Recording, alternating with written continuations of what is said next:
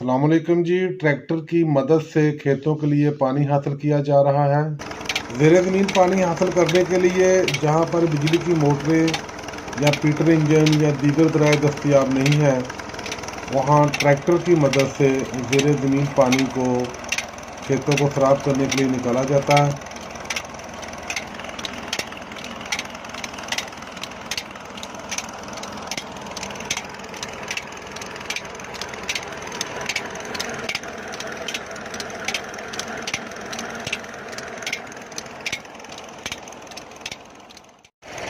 साफ़ और शफाफ पानी जो पीने के लिए इस्तेमाल भी होता है और खेतों को सैराब करने के लिए भी इस्तेमाल किया जाता है। ज़िंदगी की बका के लिए एक इंतहाई अहम चीज़ ताज़ा पानी। आपसे इल्तमास है, पानी को ज़ाया होने से बचाएं।